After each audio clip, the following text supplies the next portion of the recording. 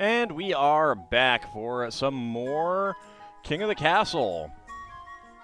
Let's see if our next ruler will have a little bit more success than our previous one. Yep, we're still going to do one more.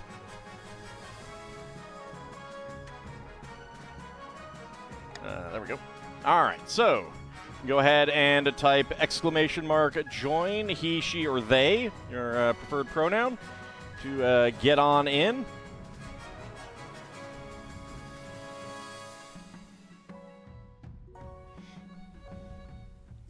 So we have Queen Quinta here. No more Vladena, unfortunately.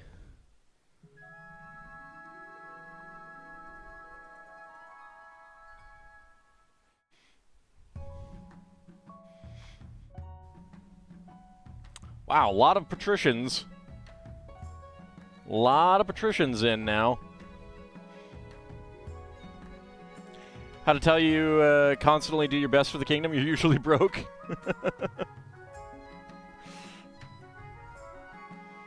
Well, I certainly appreciate that, Tiberiosity.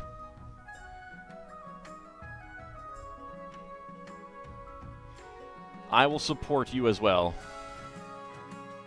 Vladena did make it to the 4th generation. That's true. That is true. That was a pretty impressive run.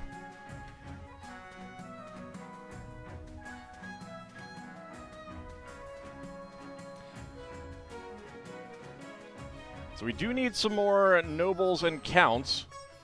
If you have not yet, go ahead and type !join, he, she, or they. Get in.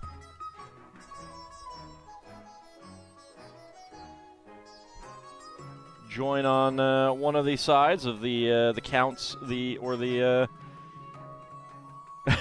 then we get another patrician. Good lord.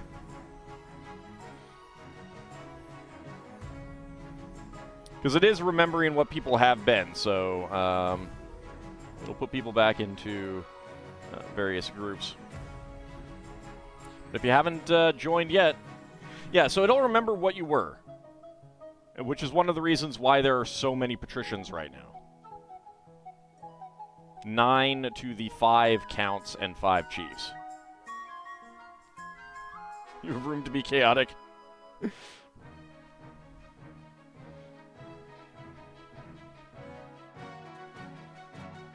Patrician did get the queenship, that's true. Yeah, it'll also remember the money that you had. So, Rax, you're 1450 there. Shadow Mousy, 3250. Bahamut at 800. Lord Canis at 0. Lizard Danger at 50. Watching the Sky at 4400. Preskitch at 4400. Faramir at 700. Surrounded, 3750. Canadian Dragon, 2945. Ab Cody at 5400. River Foxen, 1000. Lord Patrician Shield of Hope at 1800. Zuizgond, 1050. Ice Sovereign, 5000. Farsight, 9550. Just holding on to that cash. Tiberiosity at 2000. User Day at 4800. And Cappy Brad at 1400. Alright, so we'll go ahead and continue. Begin the game. You guys can, anyone else can join in afterwards. At any point. Yeah, so if you've bought the game, if you purchased the game, then you get to customize your... so you've customized your character and linked your account. So that's why you get that banner. Now, you only get that like joining a fresh game. So if you've been in this one and then you go buy the game... unless you like join a different group, I think it will maintain what you are.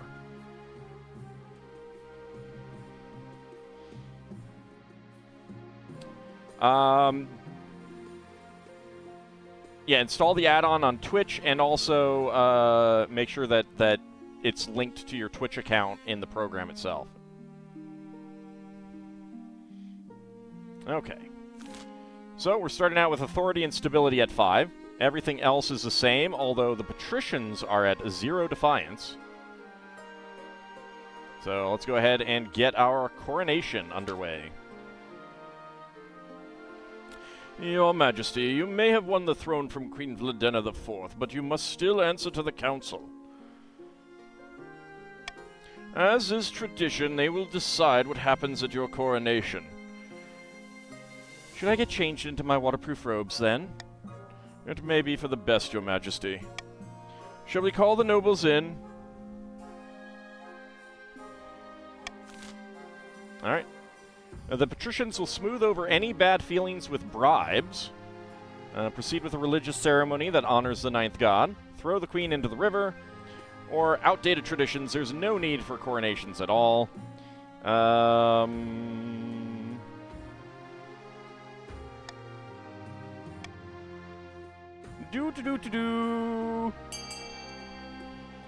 No river for me. I say the patricians will smooth over any bad feelings with bribes. Or proceed with a religious ceremony that honors the ninth god. That is always good, too.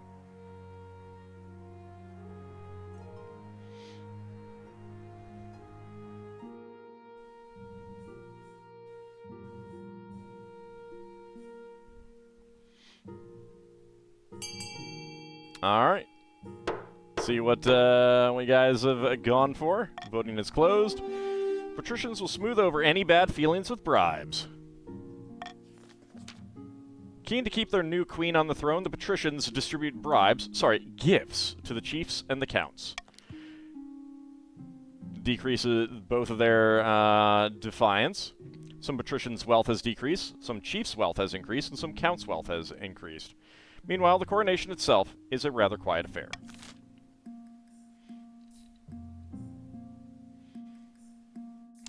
I mean, but I would eventually like to go for a faith victory. See what that entails. Other than getting the scepter. So let's go to the council introductions. Lord Patrician Shield of Hope. We did it. By the 9th we had to pull some strings, but we got you that crown, just as I said we would. Now just remember to uphold your end of the deal. You're not really a queen, more like an employee of the patricians. What the coast wants, the coast gets. What if I govern for the good of the whole kingdom?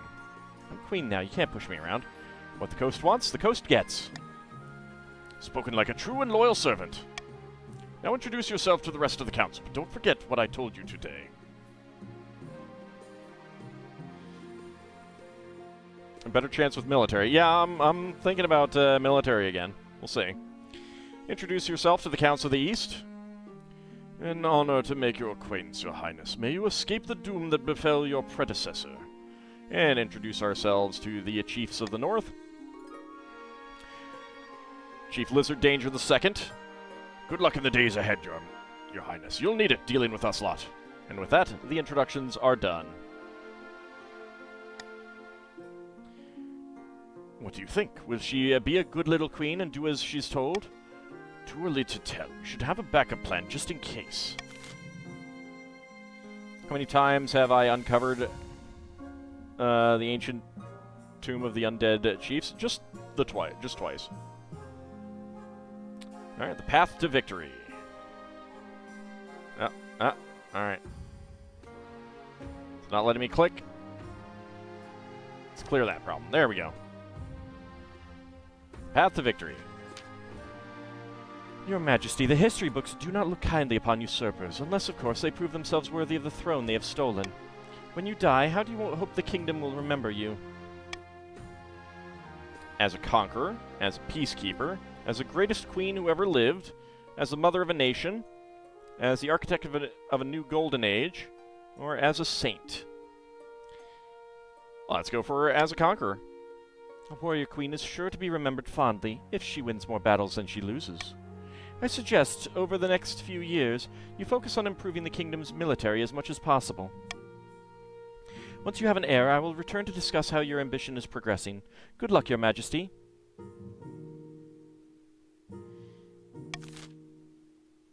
Alright, let's end the season.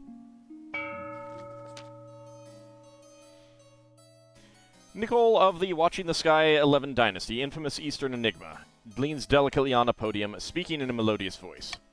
My fellow counts, in ancient times, the East was its own proud kingdom. We can bring back those days of glory, but not while the false Queen Quinta wears the crown. Alright, counts, do you want sorcery to raise authority, ascension, lower own faith, or possession, lower own defiance? What do you want?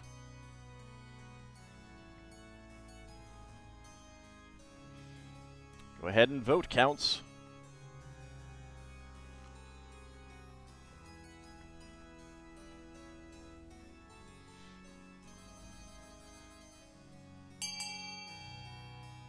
Well, slightly more even numbers here. Alright, lower own faith.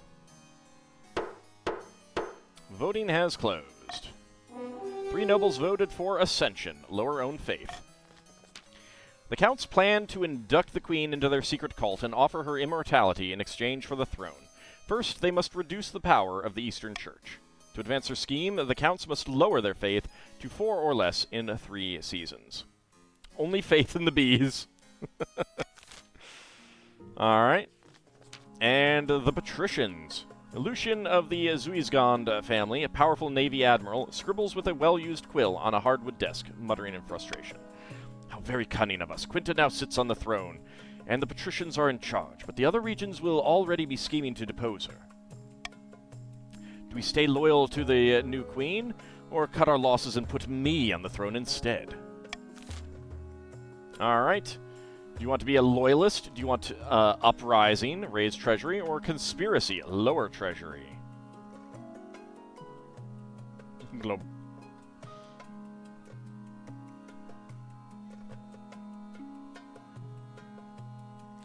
Alright, going for loyalist. Very nice. I appreciate you, greenies.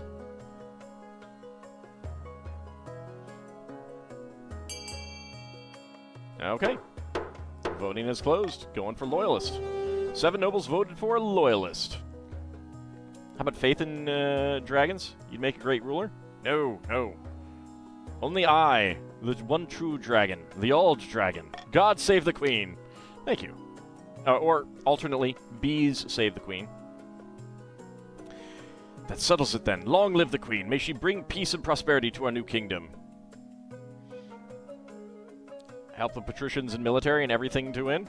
I will do what I can. But we can always change our minds. If Quinta ever gets out of line, we can take up arms and get rid of her the old-fashioned way, even if it's a little costly. The patricians' goal is to aid the queen by countering the other region's schemes as much as they can. They will win the game if the queen produces an heir and completes her ambition.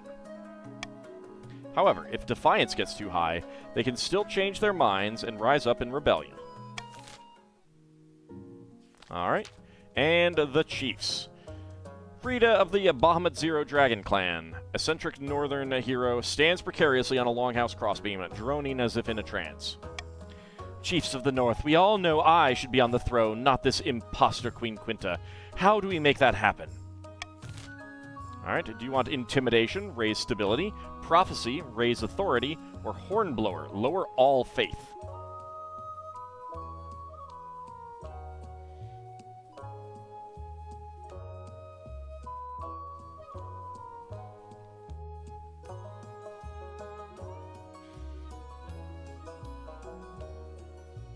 Alright. Alright, patricians, keep in mind, you want to raise faith. You want to raise faith. Alright, voting has closed. 6 nobles voted for Hornblower. Lower all faith. The chiefs plan to dig up Oddheld's legendary horn and use it to take over the kingdom. First, they must win the favor of the gods by diminishing the kingdom's belief in the ninth. To advance their scheme, the chiefs must lower the combined total of all regions' faith to 12 or less in 4 seasons. Bees are the only thing you have faith in? Well, but see, Farron, you can integrate bee faith in with the ninth. You know, the bees can be 10th.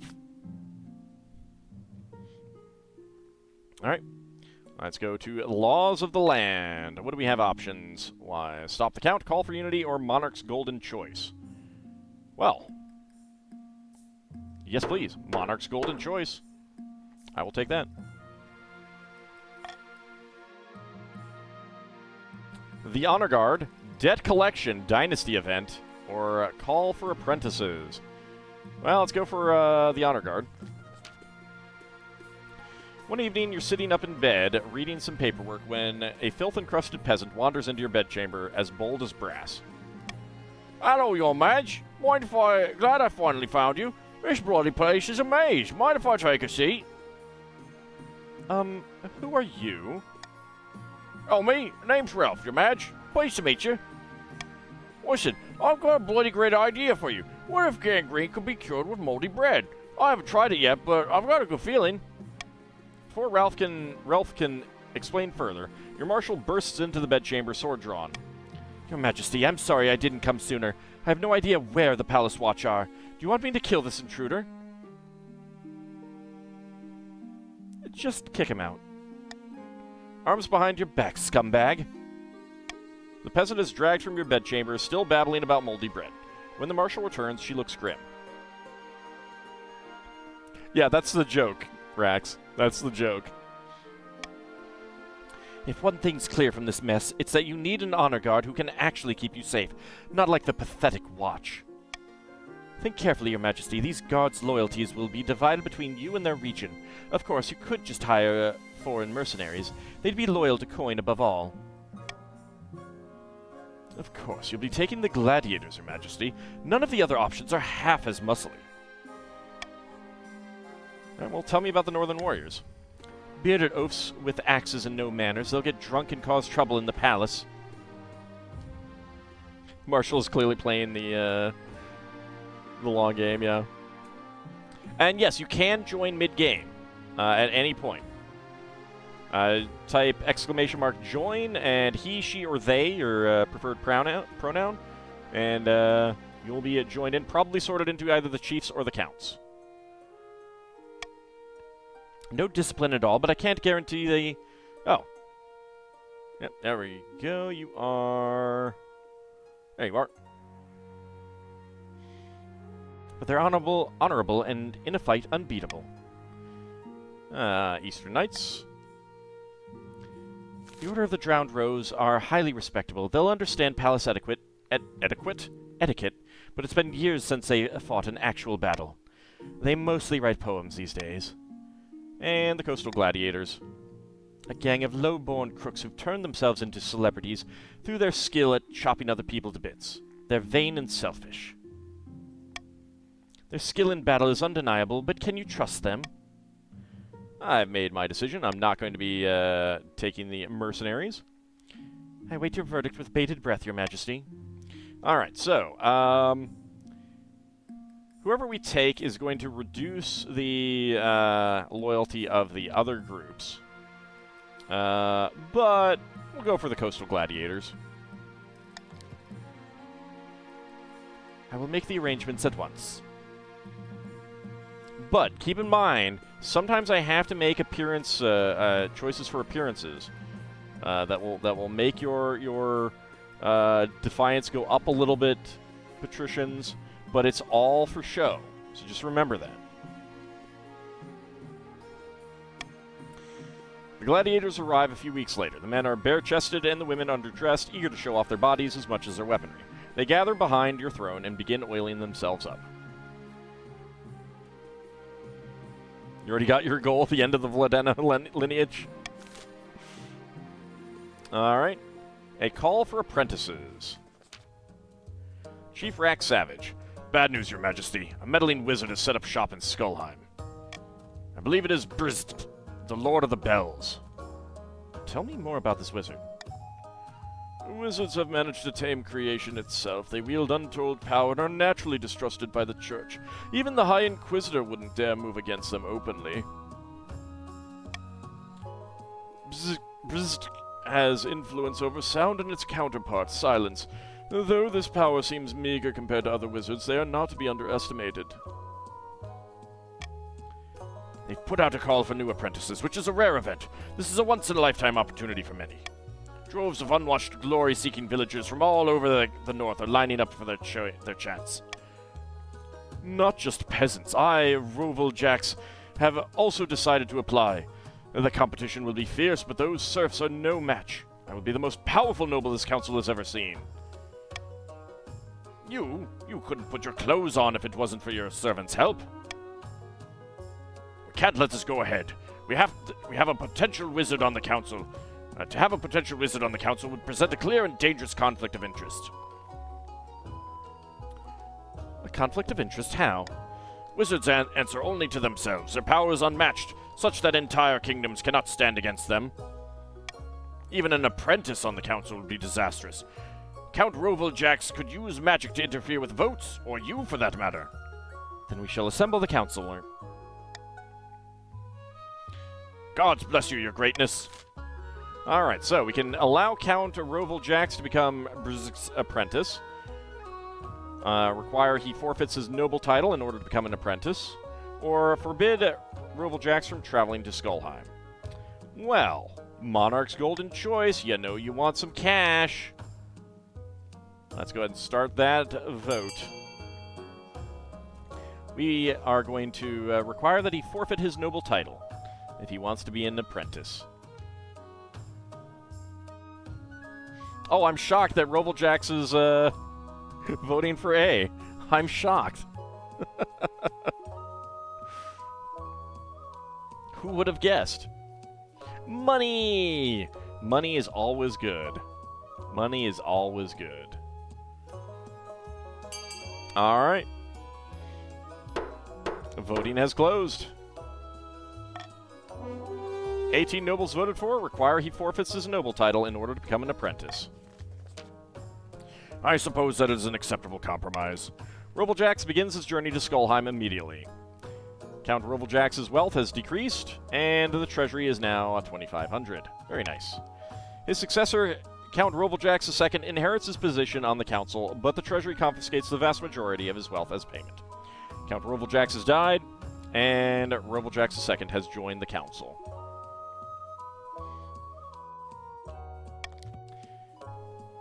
Brzyk's presence in Skullheim attracts all sorts of visitors, though the power of their latent magic starts to wilt crops for miles around. Farming is now needful, down to 3, and trade is now wealthy, up to 7. No, it's more, there just isn't a, one of these tag elements for, they're just no longer a noble kind of thing.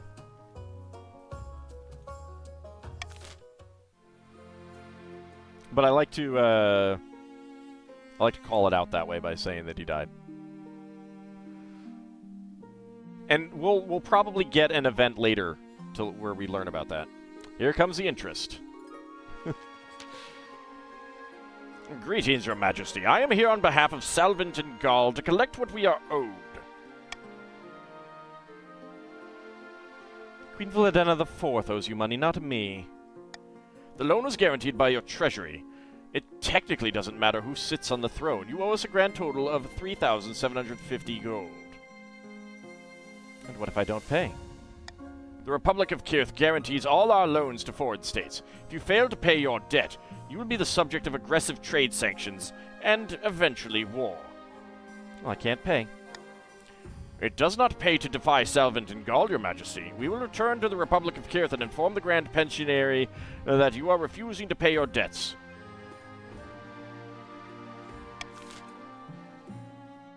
No, I literally could not choose the option to pay it. I could have extended the terms, but... Nah, it's my money. This is how we die? Well, we'll see what happens. We'll see what happens. I do want military. The Queen left the patriarchs with a mess. Hey, I will note that that was in large part due to the council. All right, let's end the season. All right, so Cathedral to increase faith in the chiefs. So remember, patricians, that's a good one. Go ahead and start the auction. Library to increase stability would be great. And an aqueduct to increase farming. Farming is only 2 in the patricians, so a cathedral, a library, or an aqueduct. All of those are good. Unfortunately, we don't have anything to increase military. Now, 2 queens ago, the counts were trying to give you money, but you refused. That's true, I did. Well, but I had plenty of money at the time. Wink. Now, remember, patricians, you don't want to let the counts get their observatory. You don't want to let the counts get their observatory. Get the library, and then get, like, the aqueduct or the cathedral going.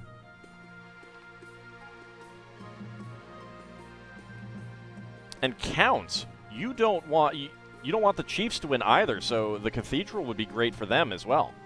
All right, time is up. Buildings funded, the observatory and the library. I mean, at least we got the library.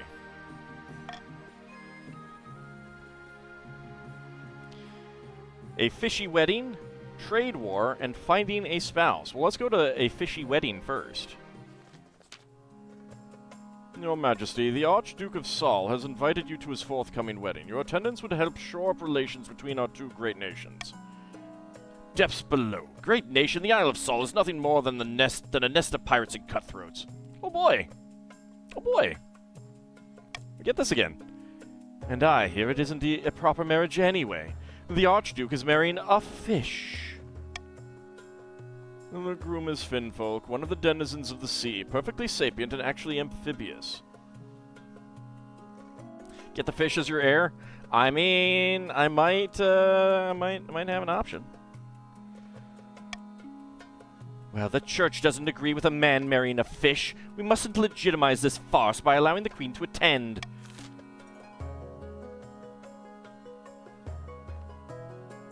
Well...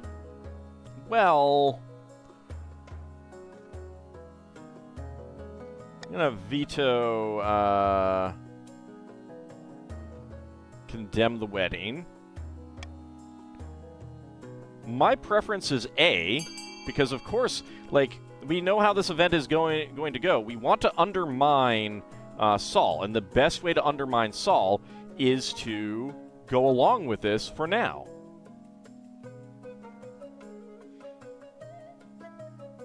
The best way is to undermine Saul is to go along with this for now.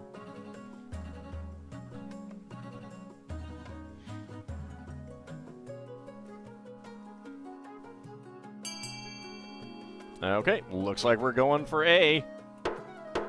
Voting has closed. Of course the queen should attend the wedding. Excellent. The wedding is scheduled for next year. I'll inform the Archduke that you should be delighted to attend. This kingdom is sliding into madness. When it's announced that you will attend the wedding, the patricians are naturally scandalized. But the peasants, sentimental as ever, are in favor of your decision. Public opinion turns against the overly strict church. Faith can't go lower. Faith is now impious. Faith can't go lower. But stability is now steady. Yay, madness! Alright. Trade war. We'll just knock out finding a spouse. Your Majesty, it's important you find a spouse sooner rather than later. I'll take the liberty of finding eligible candidates. What is your preference, men, women, or do you not mind? I'm not interested in love. Are you sure, Your Majesty? The nobles will be most upset. My mind is made up. Surely it behooves you to look at some options. Very well, Your Majesty, we shall speak no more of marriage. But, Your Majesty, may I ask why you refuse to marry? Marriage would weigh me down. I want a party! I want to live a life of chastity, in honor of the ninth god. My heart already belongs to another, a low-born commoner. Nope, I want to live a life of chastity. Wink! Faith is now impious, faith is now agnostic, faith is now impious. I'm sure the church will be very pleased with your show of devotion, but the nobles won't. They'll see it as an abandonment of your duty. Good luck in the days ahead. You'll need it. Stability is now civil. Defiance is now ticking up a little bit. But we have raised faith a little bit. I don't know that there's anything we can do to prevent Hornblower, but... And there's probably not a lot that we can do about the counts there, but we'll see. We will see. And trade war. Your Majesty, the Republic of Kirith has levied extreme trade sanctions against us for our perceived crimes against them, notably your inability to repay your loan from Salvant and Gaul Bank. Okay, trade has now gone down 1 each, and the kingdom's stability is down to 5. What can we do about it? That's for the Council to decide, but Kirith must also be suffering from this, but we can't afford to wait them out. Our people will soon run out of basic necessities. So escalate the trade war by raising tariffs on Kirith goods. Trade will go down further. Stability will go down further. Authority will go up. Wealth will go down for some people, it looks like. Defiance will go up. Import essential goods from Ashmead instead of Kirith. That would get faith down. Lower tariffs and offer exclusive trade routes to Kirith as concessions. Authority would go down. Send in the Navy to take Kirith's goods by force. Military would go down, though.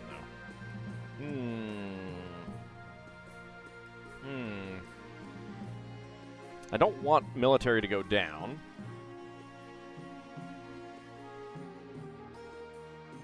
Let's see. What do I feel like? I don't want faith to go down either.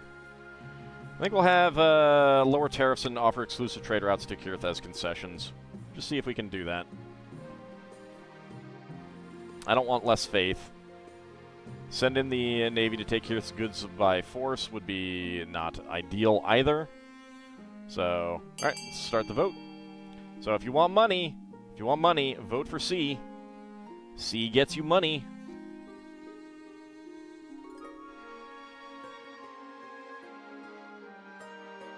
You know you like money. Money's good. Money makes the world go round. Alright, so going for B, huh? Well, oh. It's tied up. Voting tied at 8. Alright, I get to break the tie. Lower tariffs and offer exclusive trade routes to Kirith as concessions.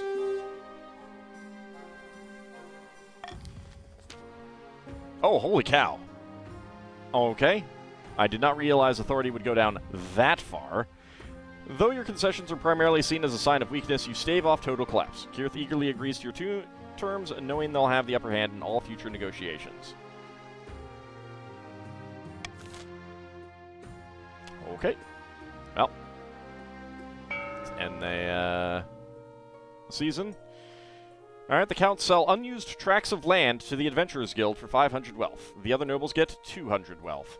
Alright, well, I don't think there's a big need to bribe or tax anyone. I can get the authority back up, I think. And stability is pretty good. They'd still need to get pretty, much higher defiance there. So, see how magnanimous I'm doing? It's just standard taxes. Alright. A laughing stock, an island rises, occupational hazard. Well, an island rises, we'll do that one first. Your Serene Highness, something most strange has occurred in the Ghost Sea. A new island has risen halfway between our shores and the Isle of Sol. The Finfolk raised it from the depths using their weird ocean magic. It's true, Your Majesty. The Finfolk raised the island to celebrate the marriage of their prince to the Archduke of Sol. They will gift it to him on the day of the ceremony. This is terrible news. That island is of immense strategic importance. We can't let it fall into Solish hands. Alright, well, you know what we're gonna do? Monarch's Golden Choice? Well, no. Monarch's Vote. Send the Queen to seduce the Finfolk Prince, sabotaging the wedding. Come on. You know we gotta try it again, right? We gotta try it again. totally chaste queen here.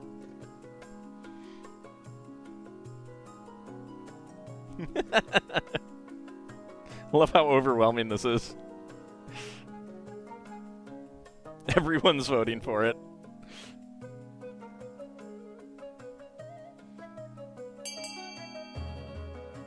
The queen was totally promising chastity. Wink.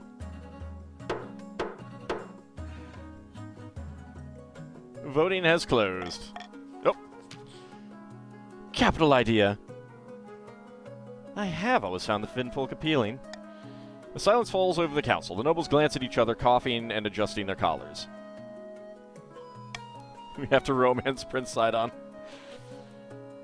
Well, you're unattached, and you'd make a far better match for this Finfolk prince than the Archduke of some rainy little island. What's the harm? Very well, I'll seduce the sexy, sexy fishman. We all admire your sacrifice, your august majesty. Yes. Sacrifice. Preparations begin for your clandestine visit to one of the Finfolk's undersea villages. Your chancellor has heard of magic reeds that allow the bearer to breathe underwater, but such a thing will take weeks to track down. At least that gives you time to prepare for your underwater visit, and to buy some waterproof roses. You'll never lie with a fish. The game will probably never allow it. We'll see. We'll see. I just have to not be clumsy. Alright. Occupational hazard. We received a message from the wizard Your Majesty. I heard it in my mind during breakfast. It was quite disturbing. Their new apprentice, Rovaljax, has died. This is quite normal, Your Majesty. The survival rate of wizard apprentices is less than 1 in 10. Regardless, Brzg has sent us compensation. How charitable. And what of the damage that they've already wrought in Skullheim? Did we receive any compensation for that? Alas, no. Only this 150 gold. Perhaps the council will have an idea of what to do with it. Oh boy, 150 gold. So much. Alright, so we can give it to his successor, Count Rovaljax II. Pay the chiefs for the magical damage in Skullheim. That's only a 40% chance. Build a statue celebrating Rovaljax's bravery, or keep it for the treasury. Let's see. I am going to veto something, I think. I'm going to veto, keep it for the treasury.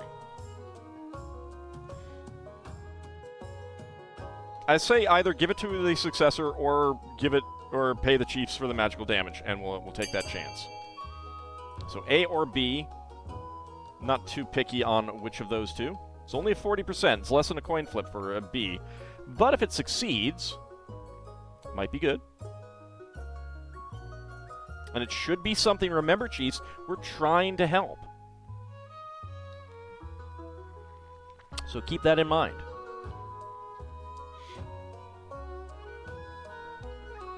Alright, looks like we're going to pay the chiefs. It's 40%. I mean, I said A or B. They're going for B. Alright. Voting has closed. 15 nobles voted for a pay the chiefs for the magical damage in Skullheim. The money, feeble as it is, goes towards the farmers who were affected by Brzg's stay in Skullheim. But what can gold do, really? A few cows are bought, but the old ones still roaming around the fields, leaving flaming manure and producing acid milk. Oh, they became bonacons. So the challenge failed. No matter what the farmers say, the land is rotten with magic. That's just what happens when a wizard visits. The chiefs are nothing but insulted by your help. Hey, chiefs! I tried.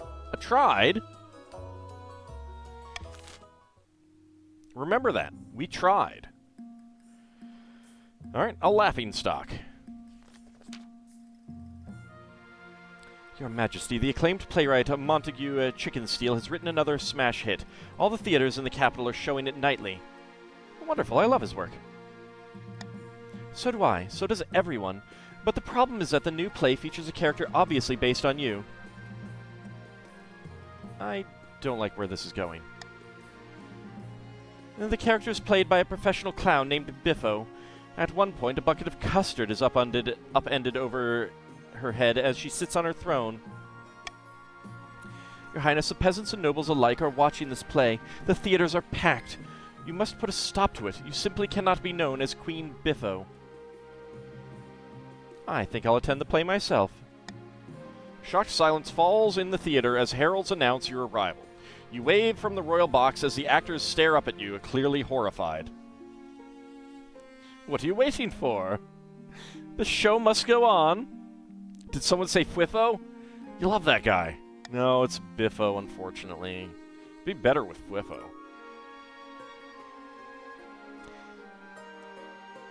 You will promise a singular vote for one vote. Ald? Well, just always vote for me. That's just the way it should always go. The play begins. Soon enough, the clown queen arrives on stage, comedically tripping on her own robes. They somehow found an actor who looks just like you. Endless humiliations are heaped on this honking, squeaking parody. Finally, the play concludes with the custard-drenched queen handing her crown to the deserving hero. All eyes turn to you. How do you react? Let's climb onto the stage. The actors shrink away from you. The audience are deadly silent. Everyone's terrified of what you'll do next. Order the actors and entire audience arrested. No. Congratulate the actors on a hilarious play. I can be above these things. Took them long enough to find someone who looks exactly like you, but they finally managed it. Yeah, I know. This one doesn't even have a peg leg. The audience breaks out into relieved cheers. The actors bow before you, weeping from gratitude. Authority is now ineffective, and stability is now civil. Woohoo! After that, the whole capital can talk about nothing but your good humor and mercy. Darn right. Alright, let's go ahead and end the season. In a tiny village far to the east, two counts meet in a derelict tavern. Quick, someone put a pile of manure under them. It's the only way. They had high ground with that stage, but you denied them. No one dares even glance in their direction. Peasants all across my land are rejecting the ninth god. Yes, and tithe collectors don't dare knock on my door, the door to my keep. Trade is now monopoly in the counts again. Need to stop meeting in manure taverns. Now we must not falter. If the queen grows proud, we can offer her the ultimate reward, immortality. For the next stage of their scheme, the counts must raise authority to 5 or more in 4 seasons. Alright, by royal decree, we can tweak the laws. I do like call for unity.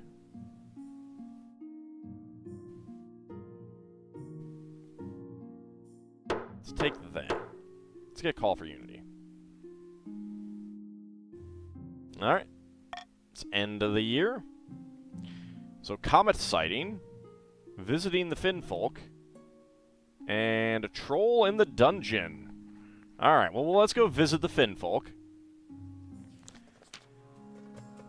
The Finfolk send a stagecoach made from a giant clam, pulled by seahorses. You equip your magic breathing reed and hop inside. The clam carriage plunges back beneath the waves, and you are whisked down into the murky depths. A few hours later, you arrive at an undersea citadel of kelp-woven huts. Their prince meets you at a grand table formed of knotted coral. Tiny Finfolk spawnlings swim around your legs as you sit. Greetings, Your Majesty. We are honored to have such a prestigious visitor. Wow, this place is amazing. A whale passes overhead, momentarily dousing you in shadow.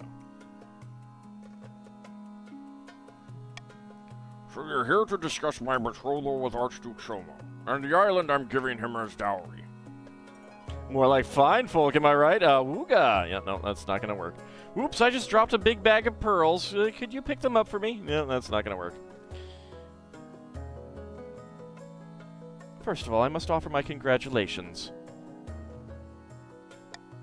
Thank you. Unlike most of my kind, I believe that Finfolk and Surface Folk must get along. This wedding is the first step in that process. May I ask, why do you have to give him a dowry?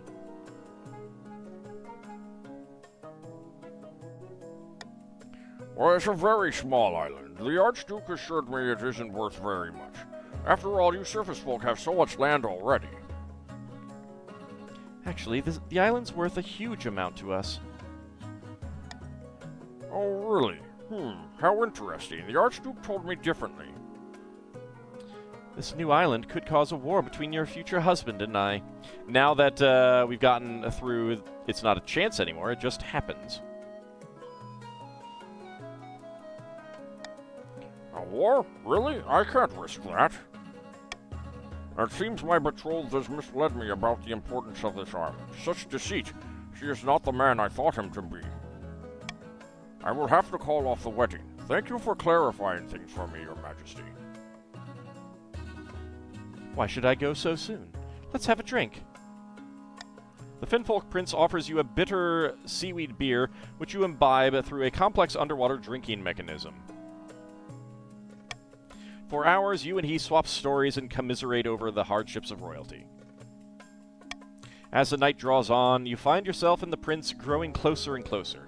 A touch on the knee, a stroke of the gills. Could you take things further? Draw the Finfolk Prince in for a kiss. You spend a pleasurable night with the Finfolk Prince atop a bed of woven kelp. It'll be a night you remember for a long time, but it's over far too quickly. Propose to marry the Finfolk Prince. When you drop to one knee, the Finfolk Prince makes a startled noise that sounds like a frog throwing up a set of bagpipes. You cannot be serious. This is so fast. You don't even know my name. What's your name? Patricians of the Coast, Finfolk Prince. Interesting. My name is Glorb. Problem solved. I have only just decided to end my betrothal to the Archduke. You would have me move on so quickly? We're destined to be together. But what about your vindictive nobles and your hidebound priests? Your kingdom is less accepting of my kind than the Isle of Saul.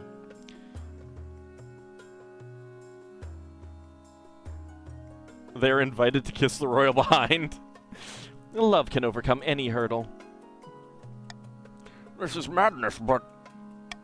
With a gentle smile, Glorb grabs you by the hand. We in the north accept you, Prince Glorb. Yes, 1,000 times yes. In fact, why wait? Let's get married right now. We can formalize things in your cathedral later. But how many of your kind can boast of having an underwater wedding? The prince rushes about the village, organizing an impromptu ceremony. Before you know it, you're swimming down the aisle, a manta ray draped around your shoulders like a cloak. Oh god, it's not a manta ray, it's a cloaker! Do you take me as your husband? I do. Glorb draws you into a passionate kiss.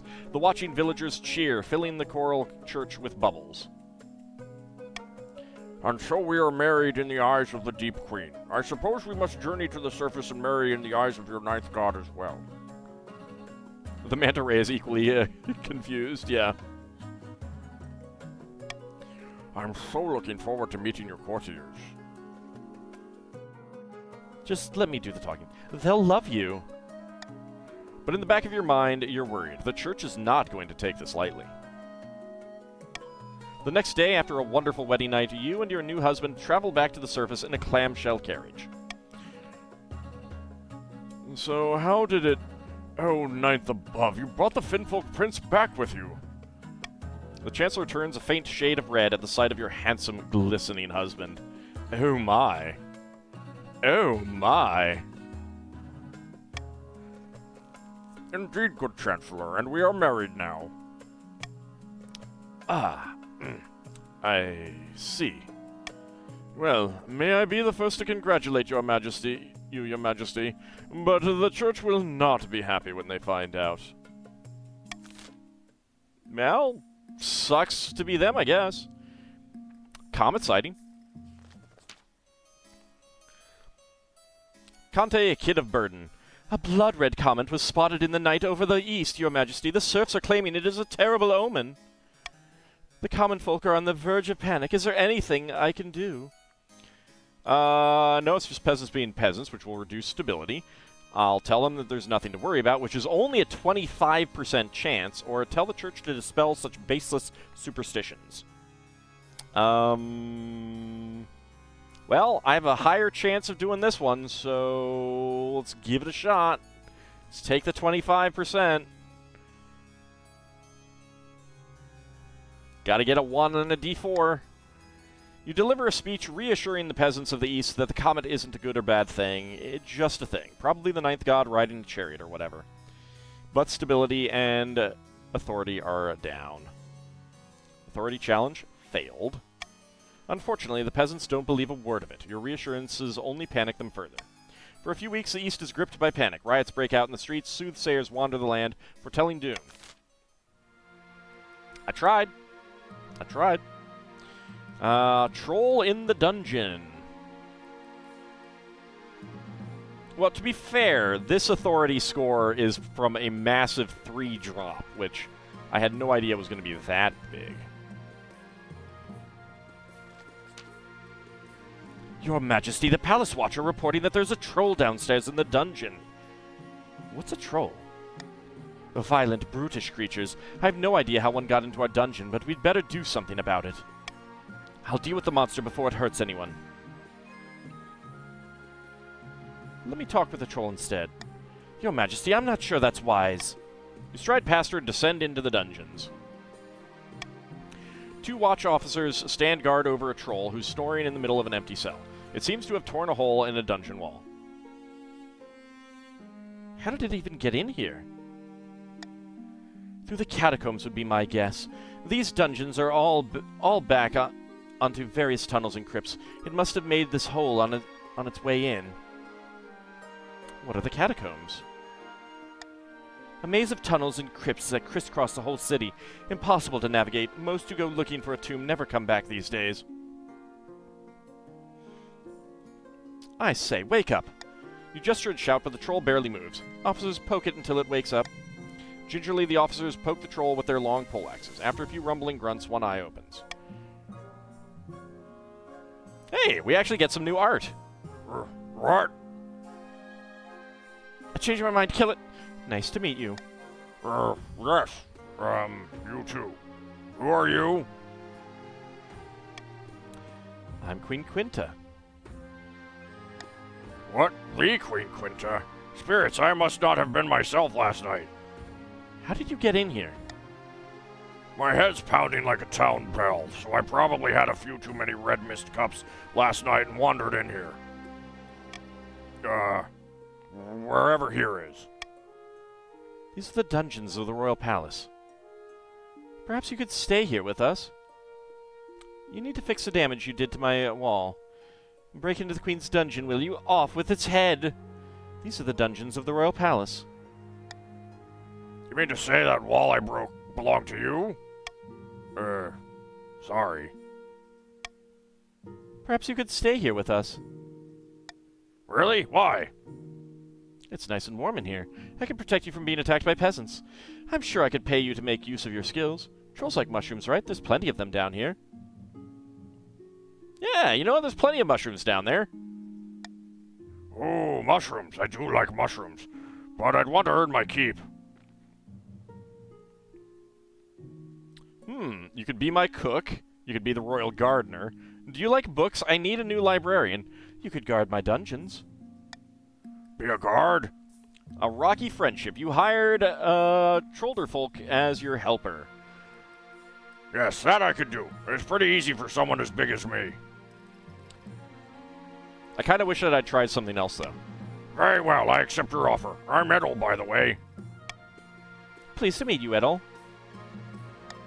And you. I suppose I should probably help you rebuild that wall I broke. Over the next few hours, Edel helps patch up the hole, while you head to bed for some much-needed shut-eye.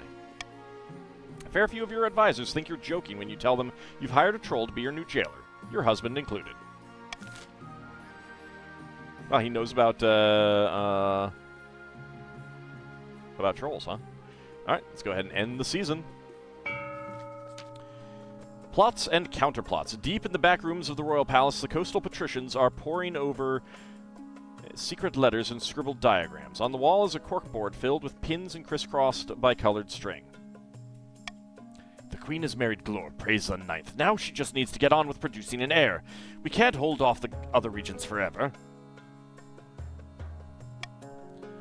Indeed, the clock is ticking. Priests are fleeing the east in droves. Whatever dark deeds those counts have planned, they can't be good. And we've got to keep up our efforts. Queen Quinta isn't going to anywhere on our watch. Any other non-humans want to make an appearance and join the merry band in the castle? I hope so. The patricians must continue to aid the Queen by countering the other region's schemes. They will win the game if the Queen produces an heir and completes her ambition. Fish heir! Legend of Audheld's Horn.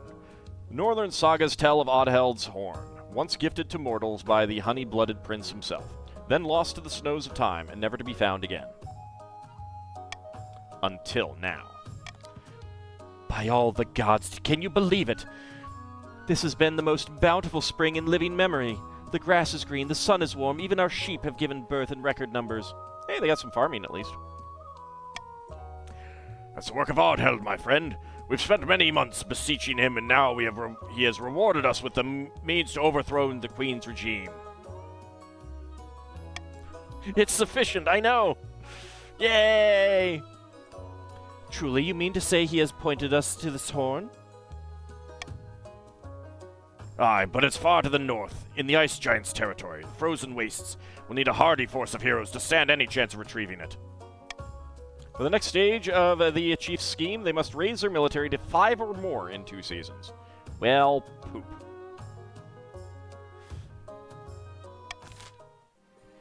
Well, poop. Alright. Let's go ahead and end the season.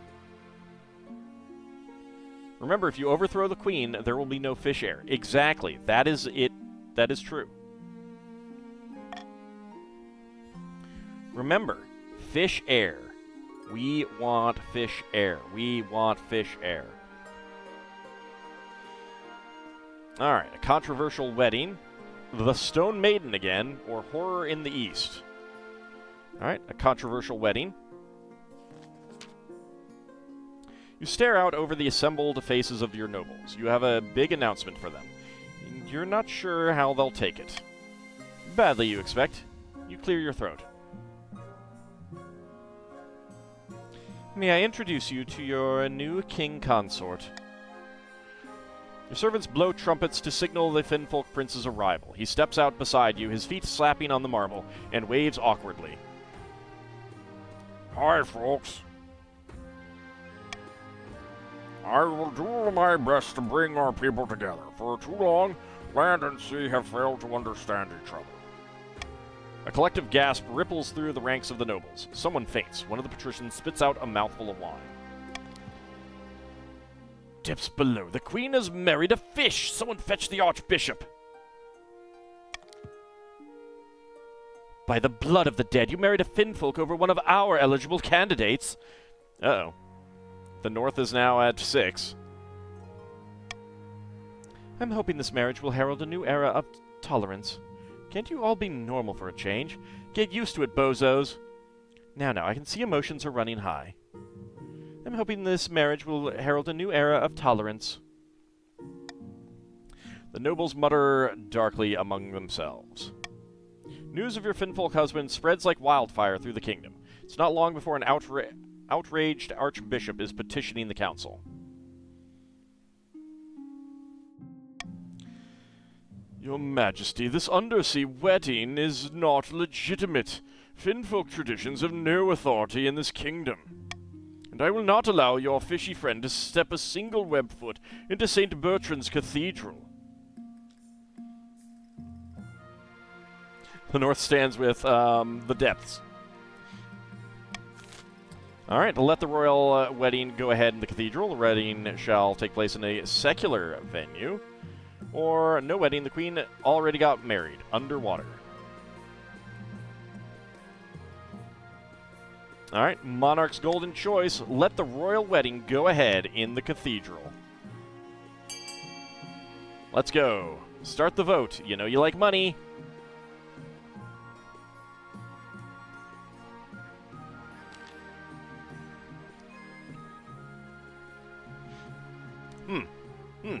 probably could have gone for the stability increasing one.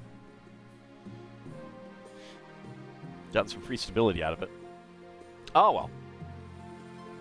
Howdy, Knight Yuma. How's it going? The Archbishop needs to learn his place. Alright, voting has closed. Let the royal wedding go ahead in the cathedral. Your wedding to the Finfolk Prince is naturally the talk of the kingdom. Commoners travel from every corner of the realm to attend. For a week and a day, the capital is one giant party. Many nobles refuse to attend the event. Even now, they're still furious that you're marrying a Finfolk. On the day of the ceremony, the streets are packed, but St. Bertrand's Cathedral is nearly empty.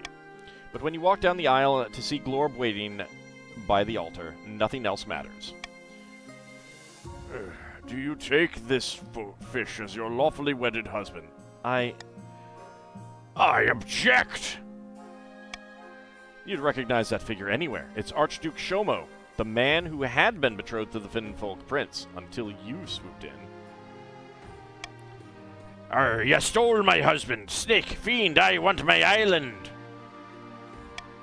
The Archduke is swiftly bundled away by security, but you suspect that's not the last you've heard from him.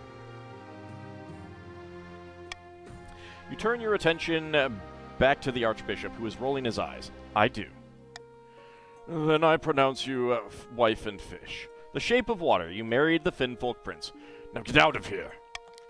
You're greeted outside the cathedral by a huge cheering crowd. The nobles and the church may not like it, but the common folk adore your new Finfolk husband. As well they should. As well they should. They like me. They really like me. You and your husband head back to the palace, where you celebrate long into the night. It's hours before the two of you have any time alone. The surface customs are so fascinating. I was particularly impressed by your land horses.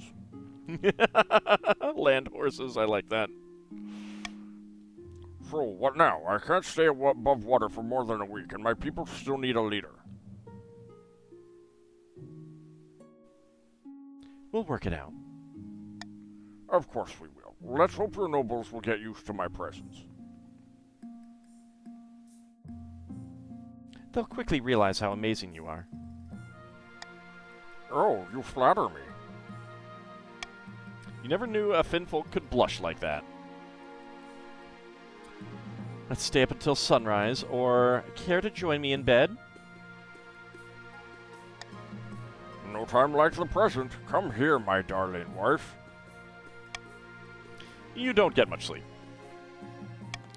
The church condemns you, but the peasants are on your side for once. Across the kingdom, more and more ordinary people are striking up relations with Finfolk and getting married in the shallows. Alright, so faith goes down, you know, it's fine.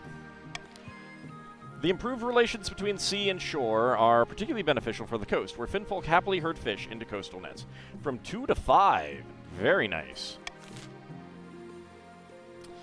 But we have the Stone Maiden.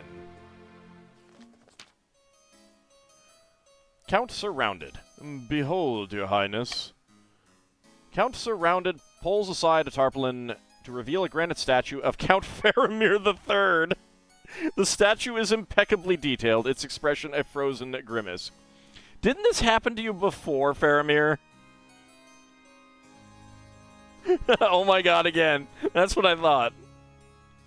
I think your family might be cursed. A sad sight, is it not?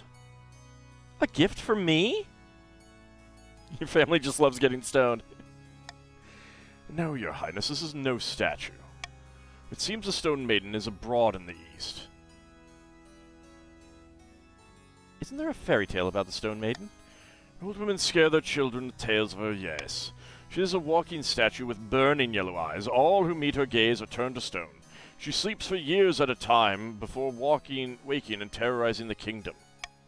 She must have ambushed Count Faramir III on his latest walk in the cemetery. Please, your majesty, we must do something. Count Faramir III has died. Faramir IV has joined the council. Alright, so we can hire a wizard to take care of this. It's a bad idea. Send an army to smash that thing to rubble. Also a bad idea. Tell everyone in the east to hide. Also a bad idea. Consult a fairy tale for a solution. That's like the only good one. It worked before. You would think that we'd be able to like just look at our history books and be like, oh yeah, that worked. So it's slightly better than a coin toss, but consult the fairy tales for a solution. Start the vote. Come on, guys. D. We got to go for D. And hope it works. And hope it works.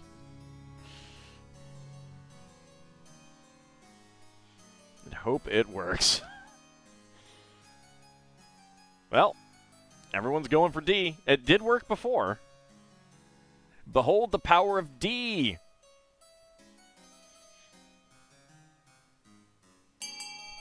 The death toll in your family is, yeah, the death toll is, wasn't it 40% last time? It might have been. It might have been. I don't know what it is. Right, voting has closed. Consult the fairy tales for a solution. You send for an expert, a folklorist from Quail University. We got some stability. According to legend, Stone Maiden mourns her long-lost love, the third god. Perhaps she just needs a hug. And the challenge failed. A hug, of course. Any volunteers? The council hall falls into silence. Symbolically speaking, it would make sense to send a priest of the ninth. After all, it was the ninth who drowned her mistress. Oh, alright. Well, don't look at me. I'll make an archdeacon do it. The next day, a nervous priest is sent to embrace and make amends with the Stone Maiden.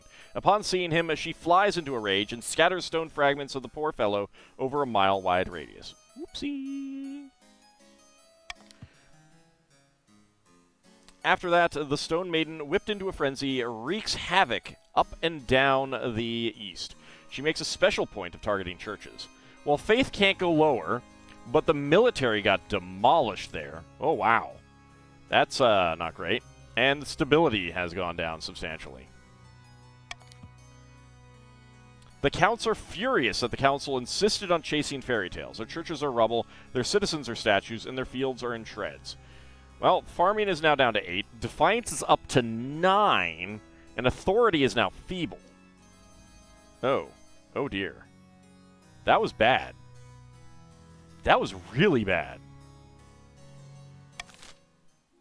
Okay. Well, horror in the east. Let's see what happens here. Your Grace, a monster has been stalking my farms at night, smashing down the doors of cottages and feasting on the peasants inside. How many victims? Dozens, Your Grace, and only a few have survived the attacks. Hug didn't work? I'm shocked. Yeah. The survivors tell a garbled story about gleaming fangs amid a mountain of blood-soaked fur. Alright. Send the Count's army to deal with the abomination. That's only a 5% chance. This is no concern of ours is terrible. Going to veto, this is no concern of ours. Obviously, offer a substantial bounty on the monster is kind of what we need to do. B is kind of what we need to do here. Rebellion would be bad anyway with that low of a military. That's true, yeah. That is true. That is very, very true. This might cost us money, but we're working on it. You were having an enthusiastic walk in the woods at night. But the peasants, Lord Canis, why can't you go after the nobles instead? Alright, well that's pretty good. Decimate the Count's army, then propose sending it? I mean, it wasn't my choice to vote for. Offer a substantial bounty on the monster. The bounty is placed. Hopefully some enterprising monster slayer will claim it soon. Defiance is now enraged. And let's go ahead and end the season. Okay, so the chiefs can get some military, or reduce their military. So remember, if you wanna defray this, you know, well, they need more than one, but Trade in the patricians would be good. Authority would be really good from the counts. Actually, they need that. The counts need the monument.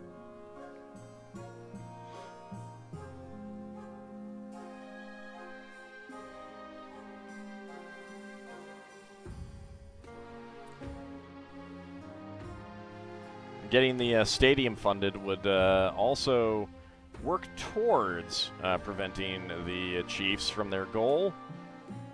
Whether they can be prevented is another question.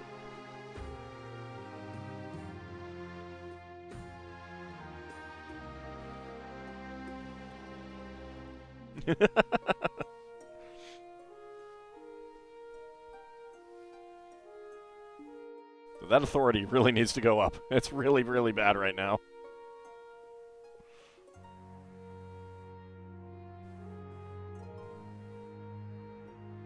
Alright.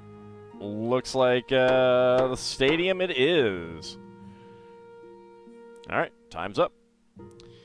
Alright, use a do for, with 3,500 for the stadium, and Preskitch 99.2 the second. 3,500 for the monument. Alright, rebellion report.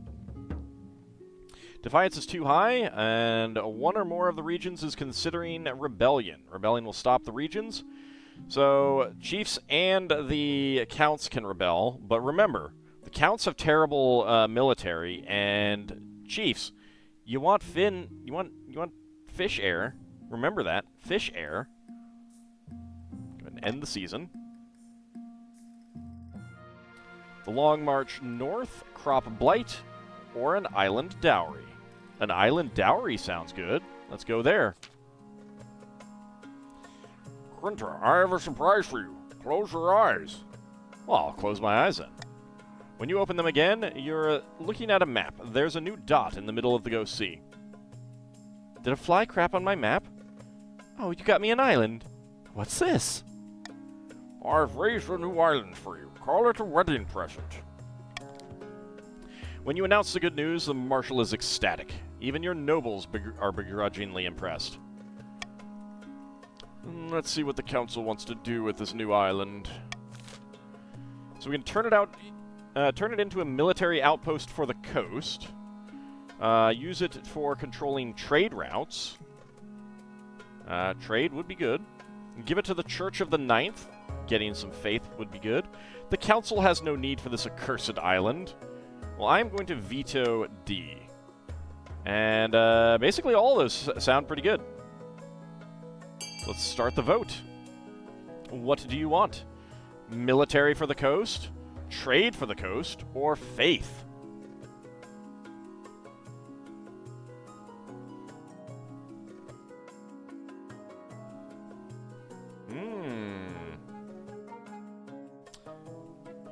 Looks like the patricians want the military, but everyone else doesn't.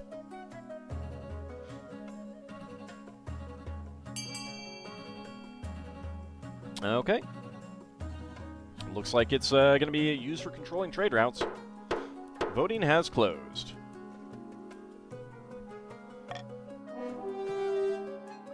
Use it for controlling trade routes. The new island is completely devoid of vegetation, but a perfect place to store goods and to dock ships. Coastal trade benefits massively as a result. Trade is now monopoly, and stability is now civil. I would definitely have liked military because that is my goal. That is my goal. I'm glad you like it. I do like it. I don't think... It would be really cool if it did alter the map to put it out there, but it does not. Alright. Crop Blight. Pardon me, Your Highness, but a terrible blight has been affecting our barley crop in the east. And what can we do about it?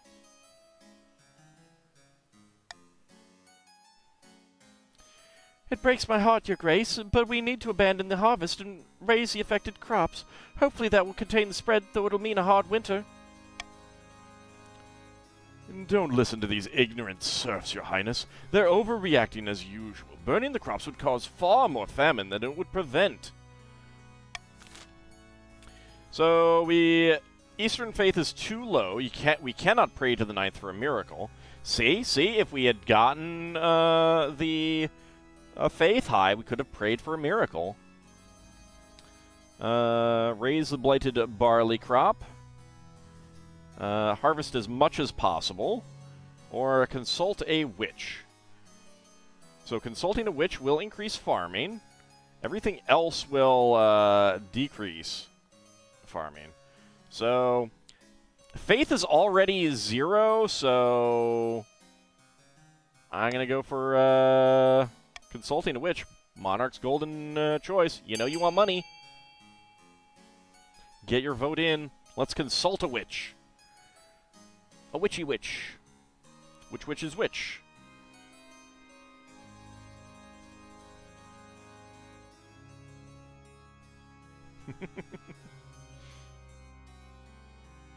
Yeah. Consulting a witch. All right.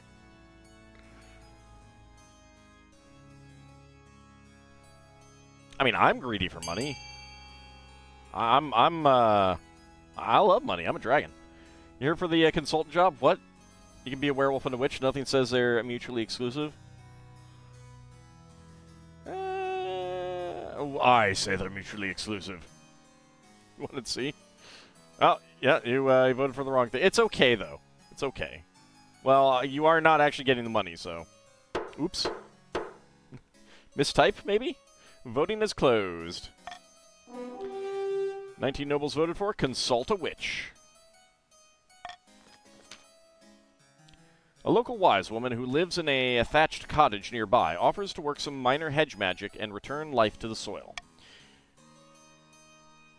Ooh, I like her artwork. I can heal your ravaged fields if you keep the inquisitors out of my lands. The counts are so desperate that they accept, despite the High Inquisitor's deathly glare. Soon the fields are rippling with renewed crops. So farming is back up to cornucopia, and faith can't go lower, so it doesn't matter. That's good. All right. The Long March North. Good evening, Your Majesty. Tell me, have you ever heard of Oddheld's Horn? A northern legend, right? The Horn of Oddheld is indeed a northern legend, a horn gifted to mortals before the Ninth's triumph during the Cursed Age. Get to the point. You must understand, whether it is a creation of a pagan spirit or not, the horn is real. My sources confirm it. It's said we have the power to destroy any... said to have the power to destroy any fortification with a single toot. Toot! Toot!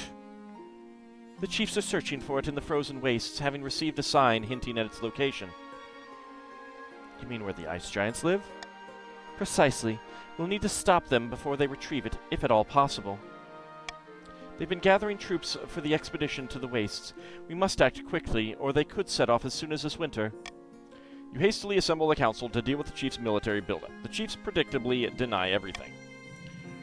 Would you deny us our right to protect ourselves from the ice giants? Bah! Alright, forbid the northern armies from entering the frozen wastes. That would increase defiance and lower authority. Ban all public mention of Oddheld's Horn, delay scheme for 1 season, or allow the chiefs to continue building up their forces. Well, obviously, we should ban all public mentions of Oddheld's Horn. So I'm going to set that law. We could also forbid the northern armies from entering the frozen wastes, but that would lower authority and increase defiance, and I'd kind of rather not have that right now.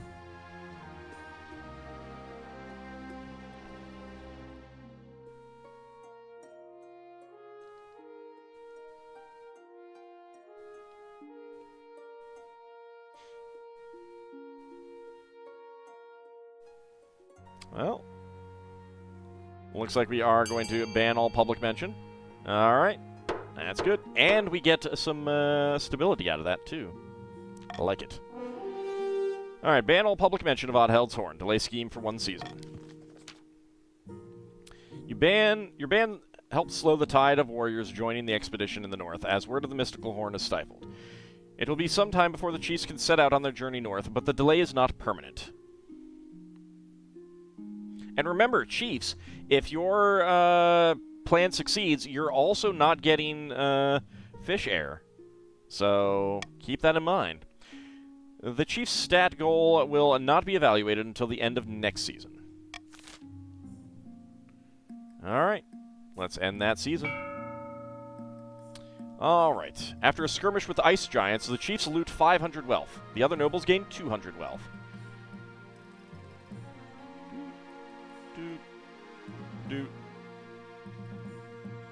That's, okay, no, I can do your regular tax. Because you're low enough for now. So let's go ahead and confirm that. Okay, got some defiance down. Rebellion report. Okay, so far the counts are on the verge of rebellion.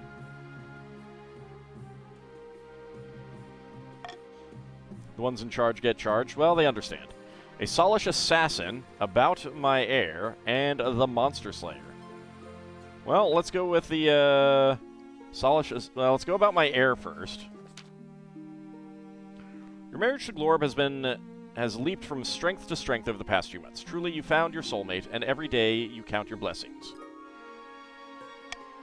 It's high time you thought about an heir. Well, you're finally married, but something's still missing. You need an heir.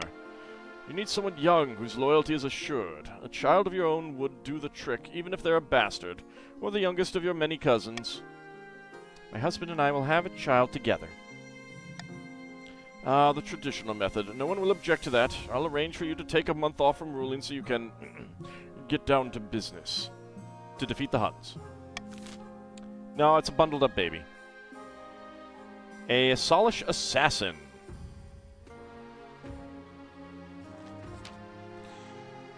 One bright morning, you are taking a stroll in the palace gardens, arm in arm with your beloved husband.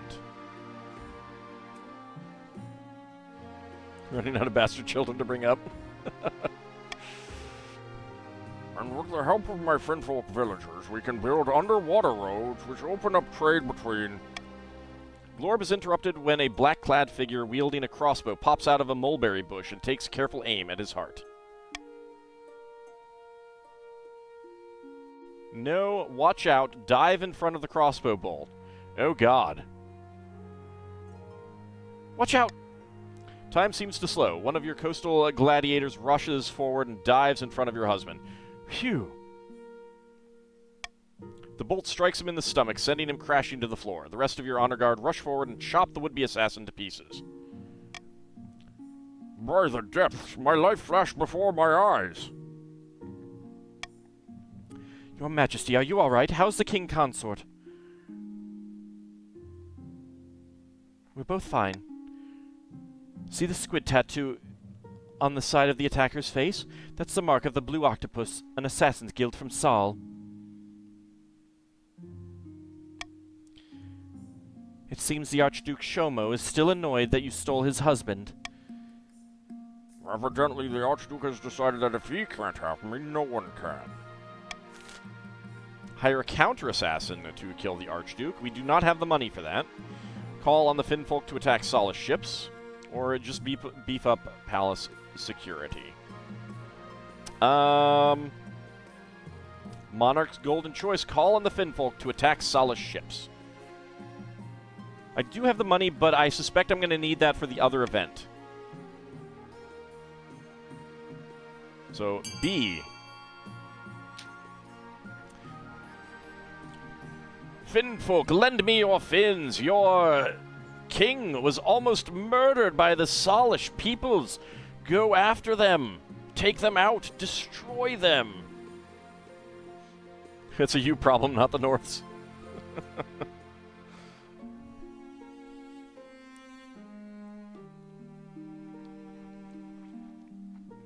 Well, I think you can really only lose by reducing your money to exactly 0, so I don't think you can go negative. But maybe you can. Voting has closed. Call on the Finnfolk to attack Solish ships.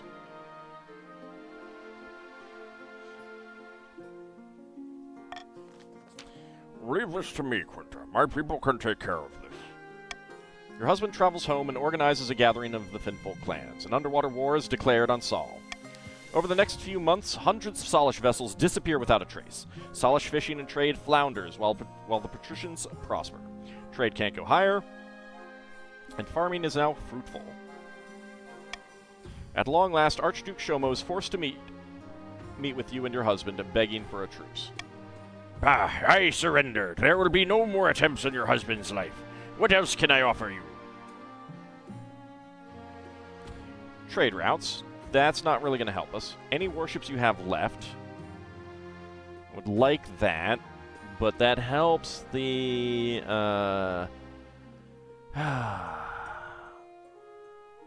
That helps me, but it also helps the chiefs. So would gold.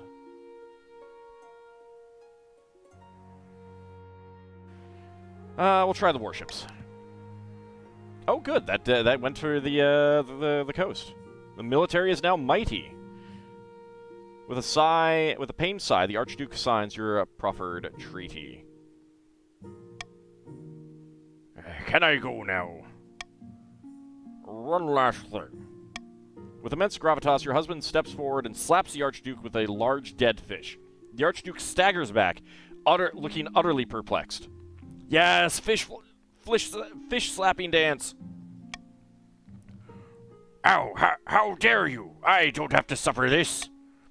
After the Archduke storms out of the negotiations tent, your husband offers you a mischievous smile. If anyone asks, that was the traditional Finfolk method of sealing a treaty. But really, I just wanted to slap him with a fish. I approve. I approve. I approve. All right, the Monster Slayer. Your Majesty, you offered a bounty on the monster in the east. I could have collected it by now, but I wanted to speak with you first. Why? Last week I hunted the beast down, found it feasting on the remnants of some unlucky peasant. Damn creature loped away before I could kill it, so I followed it a distance. The beast made its way back to a grand keep. Before my very eyes, I witnessed this bloodthirsty beast transform back into Conte Preskich 99 the Second. Do you know what manner of creature this might be? It's some kind of skin shedder, no doubt. A nightmare beast that lives within Conte Preskich 99 the Second's skin and comes out at night. Preskich, dealing with the dark magic again. They will have no memory of their crimes, I'm sure. What should I do? Removing the head would be a good start. I can do the deed for a small fee. Let's see. I don't really want their defiance up anymore. No, this matter should be put to a vote. You were young, you needed the money. Very well, Your Majesty, whatever you say. Your council is shocked at the revelation that Conte Preskich 99 II is responsible for the horrors in the East. Infamy! Libel! I'm innocent! Send a team of inquisitors to investigate these claims. Arrest Conte Preskich 99 II at once. And order Conte Preskich 99 II to keep control of their condition. Let's see. Well, that's going to increase defiance with the first two options. That kind of sucks. Let's get some stability if regardless. B is probably the best, but I also don't want the loss of military. A would be good. Increase faith. I don't know. I'll let you guys decide what you want. It's up to you. Really going to arrest him. All right. I got boats. I'll be fine. It's true. It would be a very bad idea for them to revolt. It would be a very bad idea for them to revolt. All right, well, I'll take some more stability. That works for me. The voting has closed. 16 nobles voted for. Arrest Conte Preskich 99 II at once. You'll turn yourself in for all of that. Oh, wow. When your knights arrive to arrest Conte Preskich 99 II, they are attacked by an enormous beast with coal-black fur and claws like scythes. Stability is now united, Defiance is now enraged, and Authority is now dubious. Hey, that went up. That actually helped you guys. Remember that. I think that's still a wolf. I think it's just a wolf with tusks. It slays dozens of knights. Once finally wounded beyond hope of recovery, it turns back into human shape. Conte Preskich 99 II lies on the floor, frail and limp and soaked in blood. Please, release me of my curse.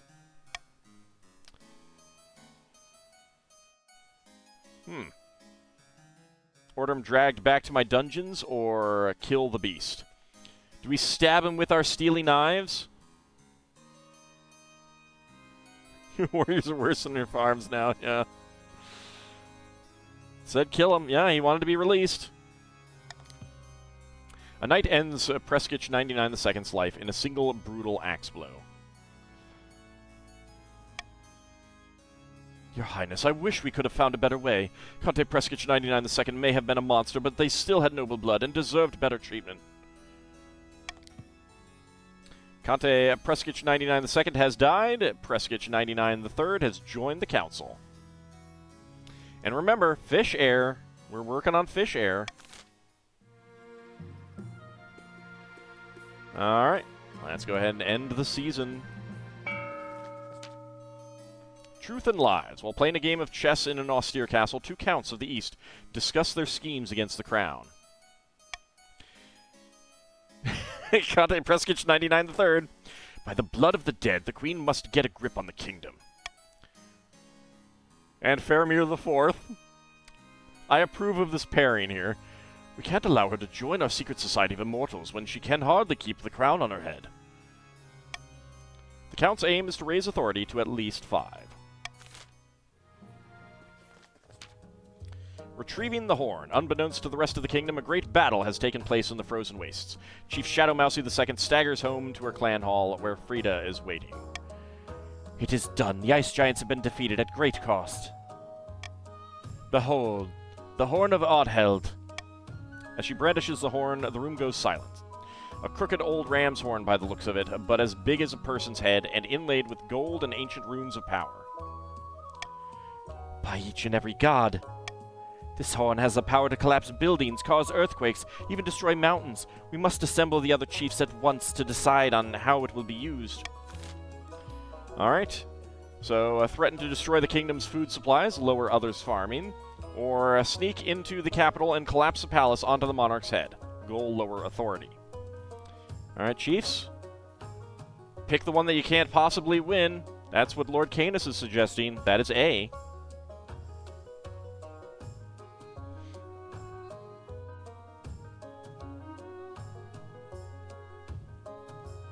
Oh, some of you guys are disagreeing. Wow. Wow, you're going against fish heir. It's terrible.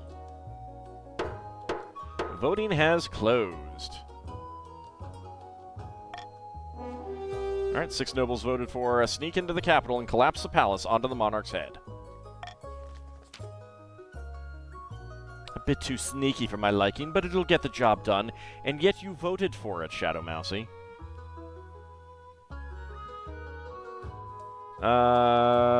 Rax, you might not have gotten your vote in time.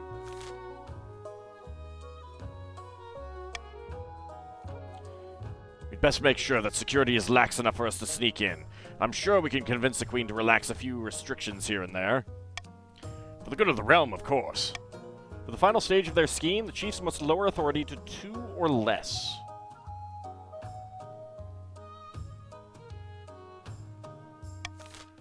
Alright. So we gotta keep authority a little bit high. Alright, well, I think I will keep these. No, actually, we don't want to be at 5 either. We need to be at 3 or 4. And really, that means we need to stay at 4. I mean, if the counts advance, that's not the worst thing. Because then it'll just be going to another thing. Alright, let's go ahead and end the year. A plot uncovered, the Archbishop's request, or an embarrassing problem. A plot uncovered. I've held him off as long as I can, Your Majesty, but Lord Patrician Yuzudu insists on an audience. Apparently it concerns the end of the world, though privately I think he's gone off the deep end. We've not got much time, Your August Majesty. Let me present to you my grand theory, what I call the road to Toad Town. Let's hear it. First off, your marriage to the Finfolk Prince. A manufactured spectacle meant to distract and confuse, but I saw through it immediately. While everyone focuses on that, frog people from the north scheme to take the throne and usurp the queen, straightforward from here. The frog people, led by Chief Frida, manipulate the kingdom's trade, farming, military, and even faith to achieve their nefarious goals. If they succeed, Frida will take the throne, plunging the kingdom into a reign of amphibian terror. Mandatory pond spawning and fly eating. Do you like eating bugs, Your esteemed highness? The only question is, what will you do about it? Do absolutely nothing, stability goes down, arrest this fool, or investigate fully. Oh boy. Well, I'm vetoing investigate fully. I can get stability up. So, what do you guys want? Yeah, arresting the fool does get authority up. That does advance the patrician. I mean, not the patricians, the counts, which can be dangerous.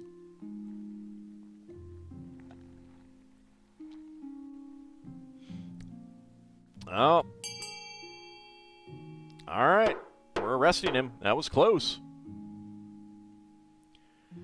It does prevent the North scheme, that's true. And again, like I was saying, getting them to level 3, it's not great, but considering that they're at level 3 already, it's not the worst thing. Aha! Oh, of course you persecute me. This fits right into my model. The rot goes all the way to the top. Before he can continue, the Palace Watcher yank him away with enthusiasm. Surprisingly, the rest of the patricians barely react to the arrest, instead looking quite relieved. Authority is now credible. Lord Patrician Yuzudu has been imprisoned, and Yuzudu II has joined the council. Alright. The Archbishop's request. Your Majesty, I wish to speak with you about the situation in the north. For too long have the Northerners been allowed to worship their heathen tree gods in brazen defiance of the ninth god. Allow me to send some of my best missionaries to the north. It's for the good of the realm. Let's see. Well, I got a 70% chance. You have my express permission. Wonderful. I will make the preparations right away. The other regions are less than thrilled that you did not consult them. Consult the council about the Archbishop's request, but it doesn't stop the mission from going ahead as planned. So the North is now enraged. Defiance can't go higher in the East. Defiance is now mutinous in the coast, and Authority is now commanding. All in all, it's a success. The missionaries convince hundreds, perhaps thousands of northern common folk to be inducted into the Ninth Church. So, stability challenge succeeded. Faith is now skeptical. See how that goes. Just remember, fish air, an embarrassing problem. Count Robaljax II. Your Highness, I'm afraid someone has been painting obscene graffiti on your monument in the east. What do you mean, obscene? It describes you as a tyrant, and in addition there are images. What kind of images? This is heresy against the bees! The obscene kind. Be specific. I'd rather not. We're all adults here. Please, Your Grace, I'd rather not discuss such vile matters in front of the council. I mean, their defiance is already maxed out. Give me details, damn it! Images of the obscene kind! Use your imagination! We need to track down the perpetrator. You're becoming a laughingstock in the East. When you call the council to gather, some of the nobles whisper behind their hands, stifling giggles. Count Rovaljax II was right. brutally crack down on the locals until the perpetrator is found. Send the watch to investigate without drawing attention to themselves. Authority. Challenge. Offer a reward for the perpetrator's capture. That's a 100% chance to work. Alright.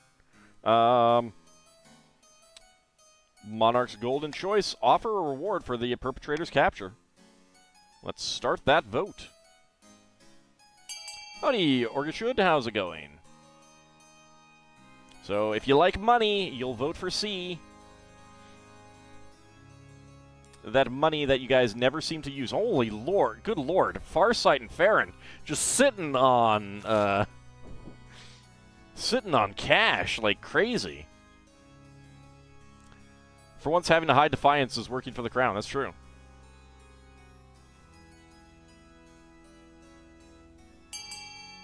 All right. There we go. Voting has closed. 17 nobles voted for. Offer a reward for the perpetrator's capture. You offer a substantial reward, and soon enough the townsfolk come forward. Well, treasury went down, unfortunately, but Defiance challenge succeeded. The culprit is none other than Count Roveljax II himself.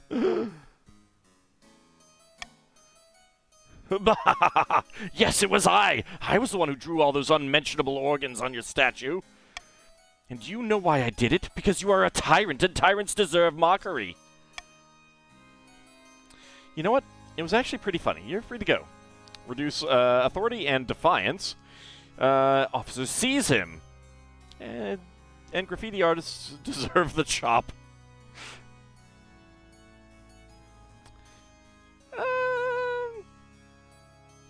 You know what? Yeah, it was actually pretty funny. You're free to go. Oh? Really? Thank you, Your Majesty. You know, maybe you're not actually such a tyrant after all. Defiance is now vengeful.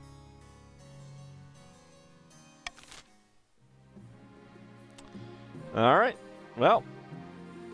It looks like that's staying at 5, so that one is going to advance. I was hoping to get it a little bit lower, but oh well. Truth and lies. Deep in the eastern mountains, a night owl screeches as 2 counts plot in their hidden castle. Most pleasing, the queen is drunk with power. We're so close, but I was thinking, should we really show the queen the true secrets of our group? I thought that was the point, immortality and all that. Yes, but those secrets are meant to be, well, kept secret. What if we pulled the wool over her eyes? Alright. Plan a false immortality ritual for the queen that will kill her, lower defiance, or induct the queen into the real secret society of immortal blood drinkers. Raise own farming. Remember, if you succeed, no fish air. No fish air. Do you want fish air? Fish air. Fish air. I can't believe you guys don't want fish air.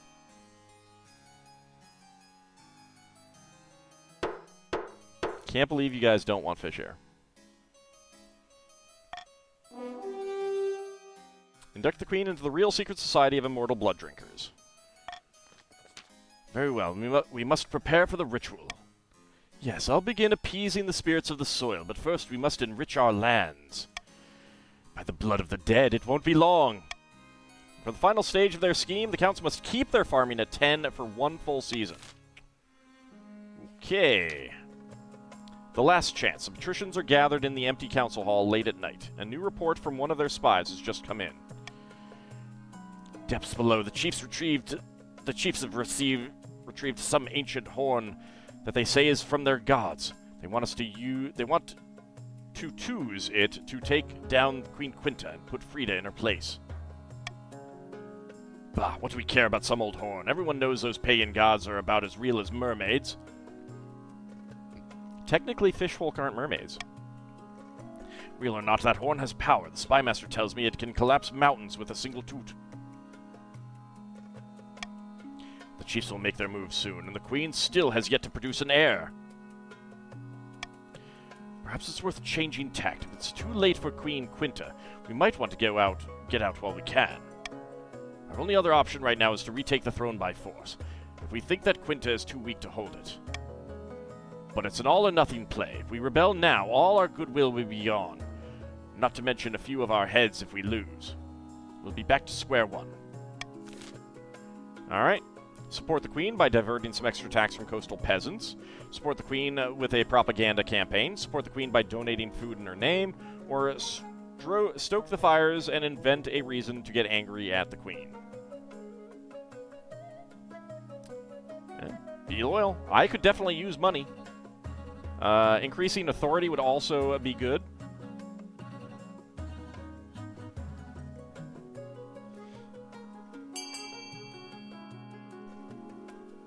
Okay, you guys are going for stability, not authority. Weird choice. Alright.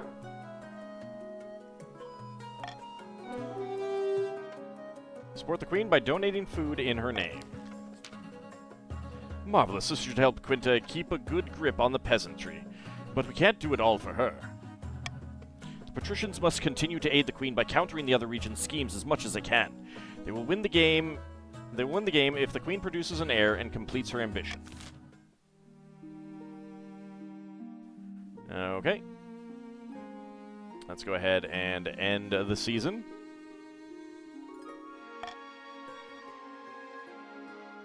Jailbreak, the deceased, or the beast attacks. I don't know if there's any way to actually prevent this.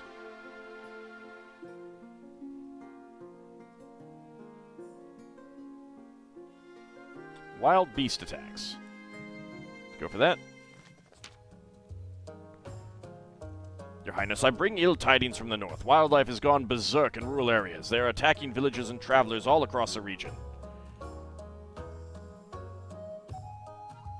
Beasts, you say? Can't you deal with them yourself? Tell me more about these creatures. They're great hulking beasts, clearly twisted by magic. Some say they walk and talk like people.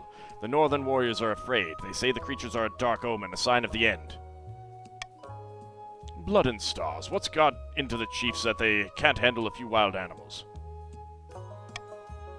The other regions have plenty of their own problems, Your Majesty. No one wants to march up to the frozen north for something like this. Then what am I to do? Point of order, Your Highness. Though the church's presence in the north is minimal, we could provide shelter for those who need it. All will be welcome, whether they are adherents to the true god or not. It's the least we can do. Or if you can afford it, send a detachment of mercenaries who aren't afraid of a few wild beasts. That should put an end to this crisis.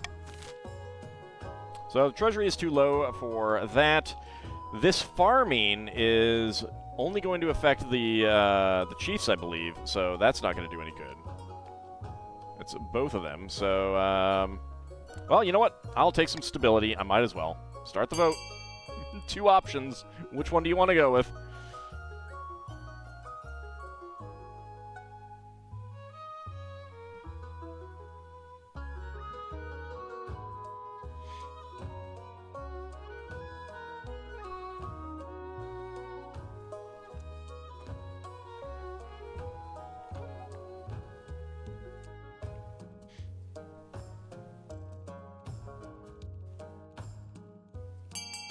Alright. Pretty clearly going for the faith one. Voting has closed. Instruct the Northerners to seek refuge in the Ninth God's churches. Stability is now serene. Farming is now meager. The Archbishop instructs all churches across the north to open their doors to refugees fleeing the attacks. They are more than glad for the assistance. Over time, the beasts withdraw. The Northerners are grateful for the church's help, with many finding a new place in their hearts for the Ninth God and his disciples. Up to 5 faith. Alright, the deceased. The elderly Chief Marjata, a cousin many times removed of Chief Lord Canis II, died in her sleep last week. She was nearly 90, would you believe? And why are you telling me this? She was very wealthy, Your Majesty. But she could have spent more time on her accounts. She died without a will, and the nobles are scrambling for her estate. Chief Marjata was my relative. I wrote to her at least once a year. Of course, the estate should be mine. My late great-grandfather used to play backgammon with her. He swore she intended to leave it to our family. By the old gods, that's a pitiful claim. Alright, give the estate to Chief Lord Canis II. Give the estate to Lord Patrician Shield of Hope. Redistribute the estate among the northern peasants, which would increase trade, and the chiefs could use trade. Claim the estate for the treasury. You know what? Have at it. What do you guys want?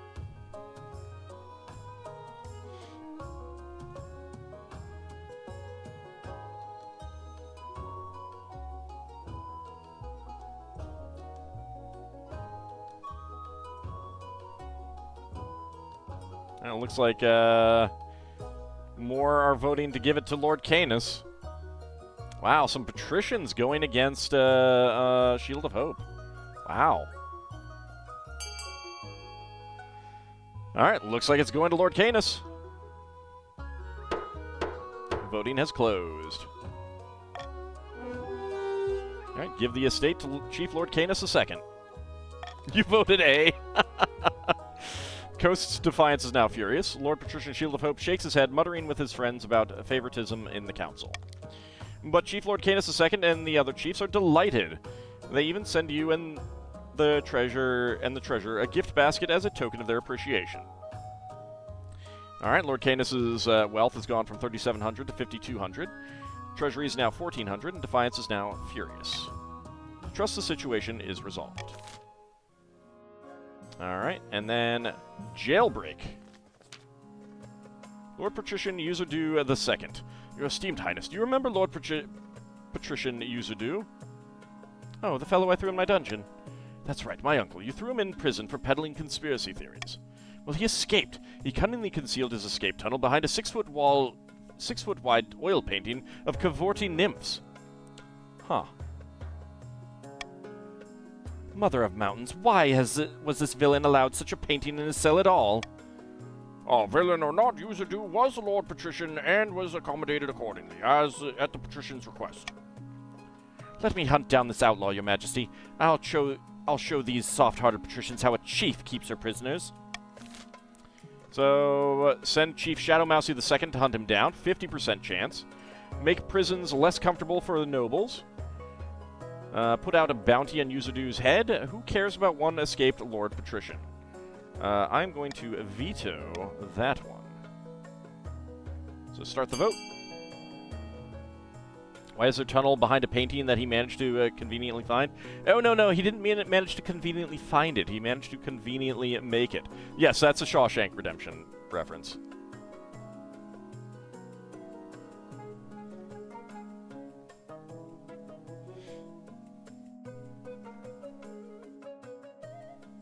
Looks like we're going to put out a bounty on his head. Not that I think that's going to make much difference, because I'm pretty sure the counts are about to win. Voting is closed. The fact that there were... if that works, if there is no actual option for succeeding there, like, not having an option to reduce the farming... is pretty frustrating. We'll go with 500 gold, that's fine. A good offer. Hopefully this will see some quick results. Sure enough, a few days later, a bounty hunter arrives holding a bloody sack. Lord Patrician Yuzudu's severed head rolls out across her nice clean floor. Hey! Now we gotta wash that. Challenge succeeded. All in a day's work. Now give me the dosh, your majesty. We'll pay the agreed amount. Thanks. Mama needs a new set of greaves. With Lord Patrician Yuzudu's escape cut short, the message is clear. No one can escape the Queen's justice for long. Authority is now commanding. Well, looks like the East is going to win. Oh, no. Maybe not. Actually, no. No, they win, because there's no option to reduce farming. So, you know what? Whatever you guys want. Whatever. That's... There should be something set up to make sure that an event or a building is put in that has the option. If people, you know, like if if it doesn't get funded, okay, you know, that's how the game works. But if there's no option for reducing farming in that region in this time period, I feel like that's not great game design. It's supposed to take longer to reach level 10, yeah, but it's like there should be an understanding that if you're continuing the play, then it may already be there. Right, there has not been a single option to reduce purple farms. They basically won just by getting stability up to 5. Because nothing popped up. And it should just be programmed to guarantee that something pops up. An event or one of these buildings. Guaranteed. And it's not great that nothing happened. The Eternal Monarch. Yeah. Their farms were never under threat. And I don't think we even had much throughout this entire ruler's reign, either. For that. It's a bright morning. You're enjoying your breakfast when a letter arrives from Conte Preskich 99 the third, inviting you to their keep. Encoded in the letter, you recognize a symbol of the Count's secret society, along with a hidden message. Because, like, it's not just about me as the player wanting to try to prevent it. The patricians and the chiefs had no option to prevent it, either. And that's not good gameplay design. To be fair, all things considered, it's a minor thing in the grand scheme of things, but it absolutely, there should be something programmed in to guarantee that in a case where it gets to the final tick and they're already at the score they need, there should be at least one event that gives everyone else the option of breaking that. Encoded in the letter, you recognize a symbol of the Count's secret society, along with a hidden message. Your heart quickens. In exchange for control of your throne, you shall live forever. This is it. It's time for your eternity to begin. Your husband Glorb looks over his cup at you fondly. Good news, I hope. Would you like to live forever with me? What? The Counts have offered me quite a deal.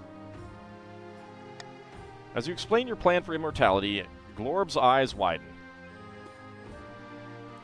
Right, a chance to prevent it. There should be one guaranteed chance to prevent it. Either the building, because again, if it's a building, then it gives the Counts the option of just like pouring all of their money into it, into other buildings to prevent it. And same thing with an event. One event or one building or something. Well, by the 9th, I can't say I expected such a thing. But I suppose we could do a lot of good if we were here forever.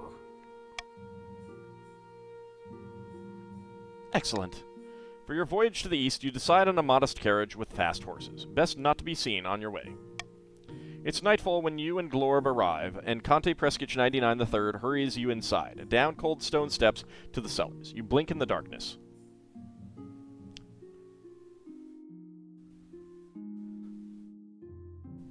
Well, so, I mean, I've been continuing the dynasties, so the scores do persist. Military, I find, tends to be really difficult to raise. But we got 10-10-10 on trade a while ago, and it's stuck up there. Farming got really high for the counts a while ago and stuck up there. And it's just like, there should have been one event. The fact that there were no events at all tells me that there's no balancing in there to ensure that the other players have an opportunity to prevent the Counts from winning. That still allows spoilers to get involved. That still allows for the counts to just have other forms of power and stuff like that. It allows for the player to like veto the one thing that would prevent it. You know, there's still all kinds of things. The fact that there was absolutely nothing, that's not good. It doesn't feel good from a player point of view. If I miss out on it because it didn't get voted, kind of thing, you know, it happens. You know, I'm not pissed off about everyone rebelling, because it's just how things worked, and that's fine. You know, I could have done things differently. Viewers could have chosen things differently. There was nothing to stop this one, and you had no idea that just by ticking up to Authority 5, that boom, that's it. You know, you lose. What happens now? Their teeth glimmer in the dark. This is your moment, Your Grace. King Consort, the others await. You follow them into a wide chamber lit with dozens of candles. A circle of sigils is daubed on the floor with something thick and dark. Looking at the shapes sends shivers down the back of your neck. Right, it should have been at least one of the buildings. There should have at least been a building. Like, as soon as the building auctions popped up, I'm like, oh, okay, good. Here is where we can win. And then I looked over the buildings and I was like, oh.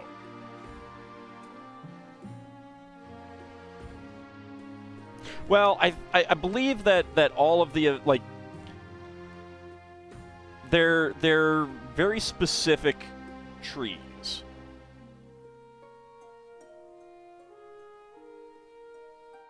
This is a problem, and you are the counts. Yeah, it just doesn't feel right. It doesn't feel right. There was a farming -1 on the wrong faction. Yeah, I was like, very unfortunate. You know, either that or when you're at 10, it should get, you know, it should be like, keep it at 10 for like 2 or 3 seasons or something like that.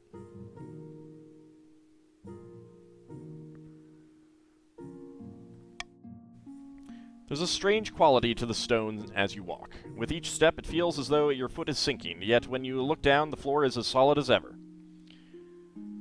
Robed figures surround the circle. Their faces are hidden, but as they chant, their voices echo as though the chamber is much larger than it appears. Welcome, welcome. The spirits are with us this night. We are to ascend the throne in exchange for providing our illustrious queen and king consort eternal life. I'm not actually sure about this. Everyone gets jitters, Your Highness. But we're all right behind you. Faramir IV helps you and Glorb into the middle of the circle. The hair on your arms prickles unpleasantly.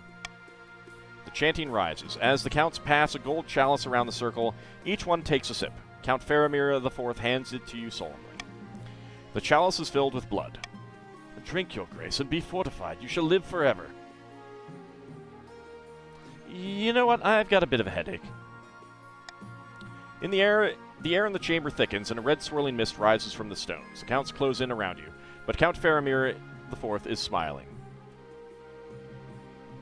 This is for having the last few predecessors stoned. Your Majesty, it's understandable to be afraid, but you're the greatest royal couple that this kingdom has ever known. Why hold back? Let's back away from all this. This is too much. Maybe immortality isn't for you. You take a step backwards. Your Highness, no, the circle. The spirits will be angered. Quinta, no, stop. You've broken the circle. The counts gasp, then attempt to chant once more, with fear in their voices. But your feet are fused to the ground, and no matter how much you struggle, you cannot move. As you look down, rock spreads up to your legs. You are becoming a statue. Even your arms are locked in place, even your fingers. The last thought before everything goes black is to make sure you strike a flattering pose. Okay, well, only the beginning. You were offered something better than a throne in the Count's immortality plan. Nope, we did not have a fish heir. For disrupting the ritual, Queen Quinta was turned to stone. As far as historians are concerned, the queen vanished, and a striking new statue was erected in her honor. Unable to keep their puppet on the throne, the patricians were forced to retreat to their opium dens and brood. It wouldn't be long before a new claimant would arise in the coast, and when they did, the patricians would be ready. The chiefs abandoned their hopes for Oddheld's horn, which passed into legend once more. a treasure fit only for seducing adventurers into the frozen wastes, where ice giants or hypothermia await them. Before abdicating, Queen Quinta made it very clear that Nicol was the legitimate heir. The other nobles could never work out how the counts had pulled it off. Meanwhile, in the east, a secret society was expanded by one member. Was it? Was it? Alright, 2 years, 6 months. Spouse, Glorb of the Coast. Successor, Monarch Nicol. Wealthiest noble, Farron, 11,450. Poorest noble, Tiberiosity, with 0. And the kingdom. So, authority of 6, stability of 10. We did lose a lot of trade with the chiefs this time, though. A lot of military with the counts, too. It's because you spend all your money on a fortress. All right. Well, that is going to wrap us up for this evening. We do have a new ruler in this dynasty to continue on as. We will be back next Monday to either continue that or try a new one, a new dynasty. We may. I don't know. I haven't decided.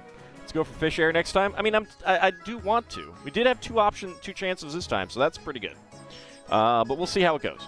I will think about it in between this session and next, because I mean there are 2 other factions that we haven't seen any of their events for, and I am curious about those. We will be back on Wednesday for some more retro gaming in the morning. Yeah, Fish Consort died too. The air was taking an unusually long time. I don't know what was up with that. We'll be back Wednesday for more retro in the morning, continuing on Blackthorn. We will be back Wednesday night for some more Lego building. Friday, we will be back for more Final Fantasy VI Pixel Remaster and some Lego building in the evening. Saturday, we'll be back for our double dose of Spelljammer. And like I said, next Monday, we will be back to this game. So I want to thank you guys for coming on out, and I will see you next time. Thanks for watching, everyone.